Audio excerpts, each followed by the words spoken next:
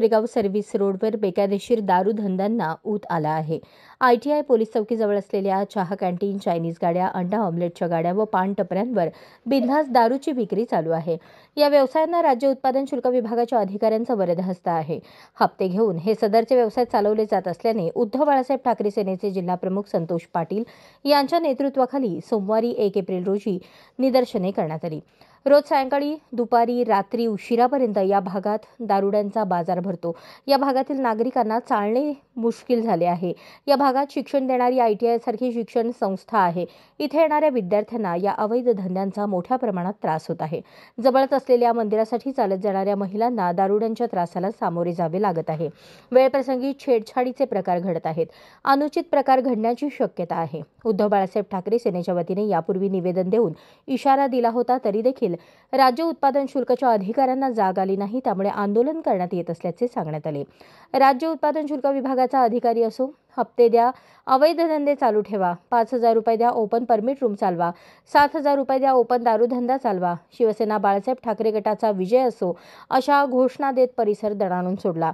या आंदोलनात शिवसेना जिल्हाप्रमुख संतोष पाटील, उपजिल्हाप्रमुख खंडू सलगरकर, उपशहरप्रमुख शिवा माळी, परमेश्वर देवकते, प्रशांत बिराजदार, परमेश्वर देवकते, विनोद जाधव, कुमार शिंदे, राकेश मालकोटे, विकास डोलारे आदी शिवसैनिक सहभागी झाले होते. सोलापूर शहरामध्ये या राज्य उत्पादन शुल्क अधिकाऱ्याकडून आणि काही लोकांकडून पूर्णपणे आर्थिक व्यवहार करून या सोलापूर शहरामध्ये पानपट्टी असू द्या, चायनीजच्या गाड्या असू द्या किंवा ढाबा असू द्या, त्या ठिकाणी परमिट रूम आणि वाईन शॉपसारखं स्वरूप आज सोलापूर शहरामध्ये राज्य उत्पादन शुल्कच्या अधिकाऱ्याच्या आशीर्वादामुळे आज निर्माण झालेले आहे. खरं म्हणजे आज विजापूर रोड परिसरामध्ये एक 8-10 दिवसापूर्वी एक मोठं घटना घडण्याचा जो दुर्दैव होता तो टळलेला आहे. कारण तिथं कॉलेजचे मुली आज तिथं AG पाटील कॉलेज आहे, सोनी कॉलेज आहे, विविध मंदिरं आहेत. पण अशा ठिकाणी जे महिला ये जा करतात आणि कॉलेजचे आपले भगिनी आहेत ते ये जा करतात, अशा ठिकाणी सार्वजनिकपणे कुठल्याही ठिकाणी तुम्ही दारू, जसं तुम्हाला सरसकट आपण पाण्याची पुरवठा करतो तसंच या एक्साईजच्या कृपेनं सर्व ठिकाणी जो दारूचा विक्री चालू आहे तो दारूचा विक्री बंद व्हावा यासाठी आम्ही गेल्या 20 तारखेला राज्य उत्पादन शुल्कला निवेदन दिलेलं होतं. परंतु त्या निवेदन दिल्यावरती त्यांनी कारवाई करतो म्हणून आम्हाला आश्वासन दिलं, परंतु कुठलीही कारवाई त्यांनी केलेली नाहीत. त्याच्यामुळं आज त्यांना आपण स्मरणपत्र याद्वारे देत आहोत की समजा आता इथून पुढे जर तुम्ही नाही केला तर आज एक्साईज सुधारायचा तो कारभार आहे राज्य उत्पादन शुल्कचा, त्या कारभाराच्या विरोधात शिवसेना उद्धव बाळासाहेब ठाकरे पक्षाच्या वतीनं शिवसेना टाळणं तेच दारू आपण या एक्साईजच्या ऑफिसरच्या टेबलावरती ओतल्याशिवाय आम्ही राहणार नाही. सदर विषयावर त्यांनी 20 मार्च रोजी लेखी तक्रार दिलेली होती व आमच्या उपअधीक्षक श्री पाटील यांची भेट झालेली होती आणि त्या तक्रारीच्या अनुषंगाने केसेस कारवाया करण्यात आल्या. दिनांक 22, दिनांक 23 व दिनांक 26 रोजी कारवाई करण्यात आलेली आहे. पण त्यांची मागणी आहे अजून वारंवारिता व्हावी. त्याला डिपार्टमेंट बांधलेलं आहे की वारंवार केसेस केल्या जातील, भरारी पथकासह होतील आणि पोलीस विभागाबरोबरही केल्या जातील. त्यांची वारंवारिता वाढविण्यात येईल आणि त्या मुद्द्यांचेही मला ते आज पहिल्यांदा भेटले. त्यांच्या मुद्द्यांची आम्ही दखल घेऊन जास्तीत जास्त परिणामकारक कारवाई करण्यात येईल. महिलांच्या सुरक्षेचा मुद्दा असेल किंवा काही असून त्यांनी तक्रार दिली, तिची दखल घ्यायला आम्ही बांधीलच आहोत. आणि महिला असू द्या, पुरुष असू द्या, तक्रारीतले मुद्दे ठाम आहेत, त्याच्यावर कारवाई करणं, वारंवारिता वाढवणं हे निश्चित आमच्या हातात आहे आणि त्याची गांभीर्याने दखल घेतली जाईल. जर कॉलेजचे मुलं जर पितांना आढळले तर 100% 6884 अंतर्गत म्हणजे परवाना नसलेल्या ठिकाणी मद्यसेवन हे चुकीचं मानलं जातं आणि त्याच्या अंतर्गत कठोर कारवाईचे अवलंब केला जाईल. जागा मालकांनी स्वतःची जागा ही अनधिकृत ढाब्यांना किंवा मद्यप्राशनासाठी उपलब्ध करून देऊ नये व ज्यांच्याकडे मद्यसेवनाचे परवाने नाही आहे त्यांनीही ऑफिशियल अधिकृत लायसन्स वगळता अन्य ठिकाणून मद्यपान करू नये असं आवाहन करण्यात येतं. सोलापूर कृषी उत्पन्न बाजार समितीच्या निवडणूक नामनिर्देशन पत्राच्या छाननीवेळी माजी आमदार दिलीप माने आणि माजी संचालक सुरेश हसापुरे या दोन्ही प्रमुख नेत्यांच्या उमेदवारी अर्जावर हरकत आल्याने खळबळ उडाली. दक्षिण सोलापूर तालुक्यातील लिंबी चिंचोळी येथील सोसायटी संचालक पिरप्पा घंटे यांनी या हरकती घेतल्या आहेत. निवडणूक निर्णय अधिकारी तथा जिल्हा उपनिबंधक किरण गायकवाड यांच्या प्रमुख उपस्थितीत बाजार समितीच्या शिवदारे सभागृहात मंगळवारी सकाळी 11:30 वाजता उमेदवारी अर्जांची छाननी सुरू झाली. हरकत घेताना एका उमेदवाराने दुसऱ्या उमेदवारावर त्याच मतदारसंघात हरकत घ्यावी आणि हरकत लेखी स्वरूपात 2 प्रतींमध्ये द्यावीत, अशी सूचना गायकवाड यांनी केली. सोसायटी मतदारसंघाने अर्ज छाननीला सुरुवात झाली. सुरेश असापुरे यांच्या पहिल्याच उमेदवारी अर्जावर पिरप्पा घंटे यांनी 2 प्रतींमध्ये हरकती घेतली. त्यानंतर घंटे यांनी दिलीप माने यांच्या अर्जावरही अशीच हरकत घेतली. निवडणूक अधिकारी गायकवाड यांनी हरकतींवर 3 नंतर सुनावणी घेण्यात येईल असे सांगितले. दरम्यान घंटे यांच्याशी संपर्क साधला असता त्यांनी माहिती दिली की असापुरे आणि माने हे विकास सोसायटीचे थकबाकीदार असून सहकारी संस्था अधिनियम 1960 कलम 73 अन्वये त्यांचा अर्ज नामंजूर करावा अशी मागणी केली. पहा ते काय. सतीश भोसले उर्फ खोक्या प्रकरणात मला विलन ठरवून माझ्या खुनाचा कट आखण्यात आला होता, असा खळबळजनक दावा भाजप आमदार सुरेश धस यांनी केला. सतीश भोसले हरणांना मारून त्यांचे मांस सुरेश धस यांना पुरवतो असे सांगून बिश्नोई गँगच्या काही लोकांना विमानाने मुंबईत आणले होते. या लोकांना मला मारण्यासाठी आणले होते असे धस यांनी एका मुलाखतीत सांगितले.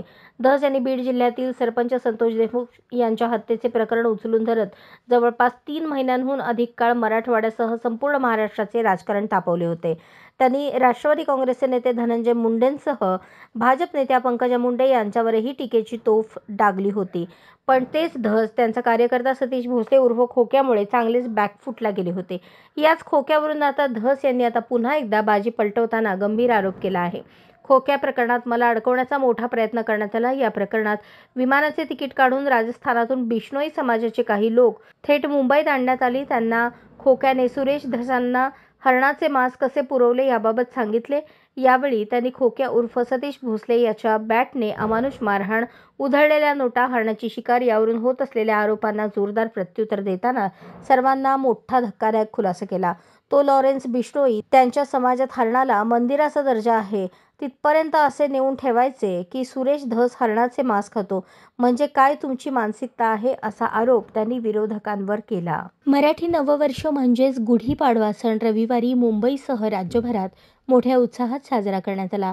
या सणाच्या निमित्ताने अनेक ठिकाणी शोभायात्रा आणि कार्यक्रमांचे आयोजन करण्यात आले होते. एकीकडे हा उत्साह साजरा करत असतानाच दुसरीकडे काँग्रेसचे नेते विजय वडेट्टीवार यांनी गुढीपाडवा सणाबाबत केलेल्या वक्तव्यामुळे राजकीय पडसाद उमटण्याची शक्यता आहे. गुढीपाडवा सणानिमित्त विजय वडेट्टीवार यांनी सकाळी सोशल मीडिया अकाउंटवरून शुभेच्छा दिल्या. त्यांनी ट्विट करताना म्हटले की गुढीपाडवा आणि मराठी नववर्षाच्या हार्दिक शुभेच्छा. गुढी उभारू आनंदाची, आरोग्याची, समाधानाची आणि उत्तुंग यशाची. नवीन वर्ष जीवनात सुख, समृद्धी आणि उत्तम आरोग्य घेऊन येऊ, असं वडेट्टीवार यांनी म्हटले होते. मात्र संध्याकाळी रविवारी चंद्रपूर शहरात राज्यस्तरीय कुस्ती स्पर्धेला हजेरी लावली आणि त्यावेळी त्यांनी केलेल्या वक्तव्याने आश्चर्य व्यक्त केले. यावेळी त्यांनी म्हटले की मी काही गुढीबिडी उभारत नाही. छत्रपती संभाजी महाराजांचा खून झाल्याचा हा दुसरा दिवस. आम्ही आनंदाची गुढी का उभारायची? मी या भानगडीत पडत नाही. ज्याला पडायचं आहे त्याला पडू दे, असे म्हणत त्यांनी मराठी नववर्ष फक्त महाराष्ट्रातच का, इतर राज्यात का नाही, असाही प्रश्न उपस्थित केला. वडेट्टीवार यांच्या वक्तव्याने वाद निर्माण होण्याची शक्यता आहे. पैसे कमावण्यासाठी लोक काय करतील याचा नेम नाही. काही लोक चांगल्या मार्गाने पैसा कमवतात, तर काही झटपट पैसा कमावण्याच्या नादात नको ते करून बसतात. असे झटपट पैसा कमावणारे नॉयडातील एक कपल, नवरा बायको, ज्यांनी शेकडो तरुणींचे अश्लील व्हिडिओ घरात शूट केले आणि ते फॉरेनमध्ये व्हायरल झाले. नॉयडातील हे प्रकरण. ईडीने एका घरावर छापा टाकला. जेव्हा ते दृश्य पाहिले ते पाहून सगळेच हादरले. या घरात नवरा बायको राहत होते. त्यांच्या घरात शेकडो तरुणी होत्या. या तरुणी मॉडेल्स होत्या ज्या शो करत होत्या. हा शो साधा सुद्धा नाही तर आक्षेपार्ह होता. तसेच घरातून 8 लाख रुपयेही जप्त करण्यात आले. नवरा बायकोने मिळून सबडीजी व्हेंचर्स प्रायव्हेट लिमिटेड या नावाची कंपनी बनवली. कंपनी जाहिरात, मार्केटिंग, रिसर्च आणि ओपिनियन पोलशी संबंधित असल्याचे सांगितले जात होते. फेमा नियमांचे उल्लंघन केल्याचा संशय होता म्हणून ईडीने धाड टाकली. तेव्हा सत्य समोर आले. मॉडेलिंगमध्ये करिअर बनवण्याचे स्वप्न पाहणाऱ्या तरुणींना हे कपल सोशल मीडियावरील जाहिरातीच्या माध्यमातून आपल्या जाळ्यात ओढायचे. जाहिरात पाहून तरुणी त्यांच्यापर्यंत पोहोचायच्या. त्यांना पैशांचा आमिष देऊन अश्लील व्हिडिओच्या धंद्यात ढकलले जायचे. त्यांनी 500 तरुणी हायर केल्या अशी माहिती आहे. सोशल मीडियावर अनेक जाहिराती लिंक येतात आणि त्यावर पैसे कमवण्याबाबत माहिती दिलेली असते. पैसे कमवण्याच्या लोभाने अनेक तरुण या फसवणुकीचे बळी पडतात. अशीच घटना नवी मुंबईतील तरुणासोबत घडली. ऑनलाईन गेम खेळून पैसे कमवण्याच्या नादात तरुणाने 40 लाख रुपये गमावले. नवी मुंबईतील कोपरखैरणे परिसरात राहणाऱ्या 29 वर्षीय तरुणासोबत हा प्रकार घडला.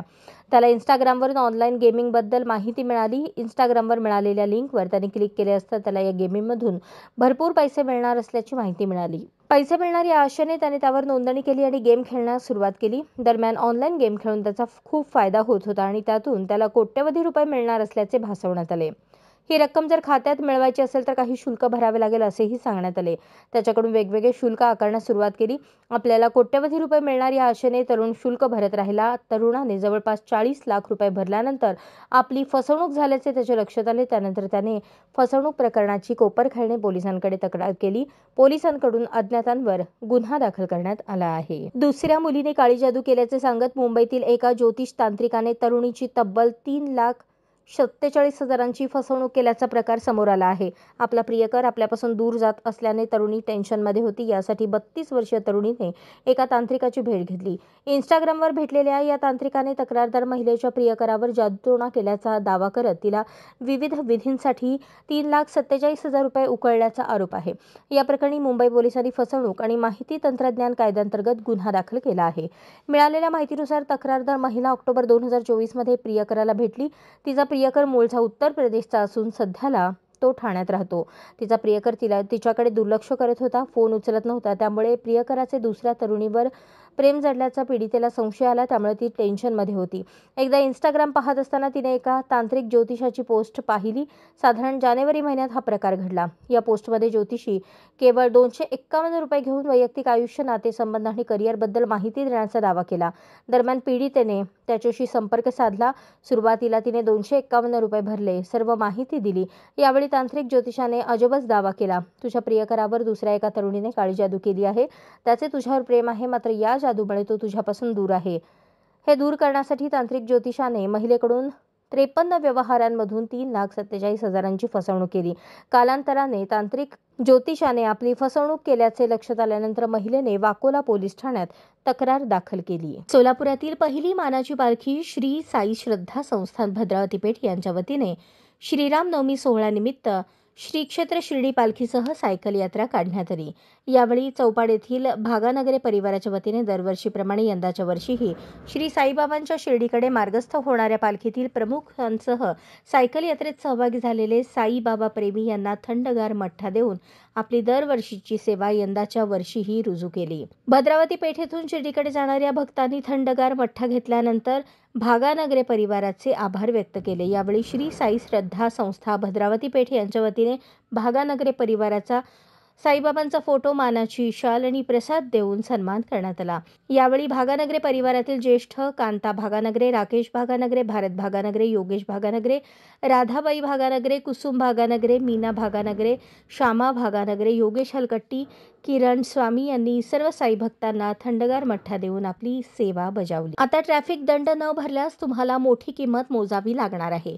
ट्रॅफिक पोलीस तुमचे ड्रायव्हिंग लायसन्स रद्द करू शकतात. सूत्रांनुसार सरकारने नवीन नियमांचा मसुदा तयार केला आहे. या मसुद्यानुसार जर ई-चलनाचा दंड 3 महिन्यात भरला नाही तर चालकाचे लायसन्स रद्द होऊ शकते. तसेच वर्षभरात रेड लाईट तोडणे किंवा धोकादायक ड्रायव्हिंगसारख्या 3 चुका करणाऱ्यांचे लायसन्स 3 महिन्यांसाठी जप्त करण्याचा प्रस्ताव आहे. ट्रॅफिक पोलीस दरवर्षी लाखो ई-चलन जारी करतात, पण त्यापैकी फक्त 40%च लोक तो दंड भरतात. सरकारला ही वसुली वाढवायची आहे. कठोर नियमांमुळे लोक चलन भरण्यास गंभीर होतील असा सरकारचा विश्वास आहे. शिवाय ज्यांचे 2 चलन थकीत असतील त्यांच्या वाहनाचा विमा प्रीमियममध्ये वाढ करण्याचा विचारही सुरू आहे. सध्या दंड न भरल्यास कोणतीही पेनॉल्टी नाही आणि लोक अदालतीत चलनावर सूटही मिळते. त्यामुळे लोक मुद्दाम दंड भरत नाहीत.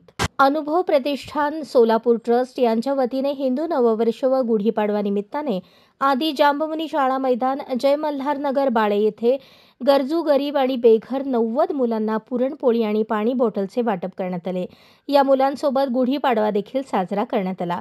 यावेळी प्रमुख पाहुणे म्हणून प्रेरणा बहुउद्देशीय सेवाभावी संस्थेचे अध्यक्ष प्रमिला उबाळे, वेंकीज इंडिया लिमिटेडचे HR मॅनेजर सुदर्शन पाटील, सामाजिक कार्यकर्ते दीपक कर्की, डॉक्टर सौम्या नरोणे, संगीता नागणसुरे आदी उपस्थित होते. कार्यक्रम यशस्वी करण्यासाठी गणेश कालदीप, संतोष शिवशिंपी, गणेश येळमेली, शिवानंद नागणसुरे, शिवानंद भाईकट्टी, महेश भाईकट्टी, चेतन बुऱ्हाणपुरे, प्रसाद कालदीप, सावनकुमार नरोणे, संगमेश्वर हलकट्टी, शंकर तालिकोटी, धनंजय ममदापुरे, कार्तिक तालिकोटी आदी युवकांनी परिश्रम घेऊन कार्यक्रम यशस्वी केला.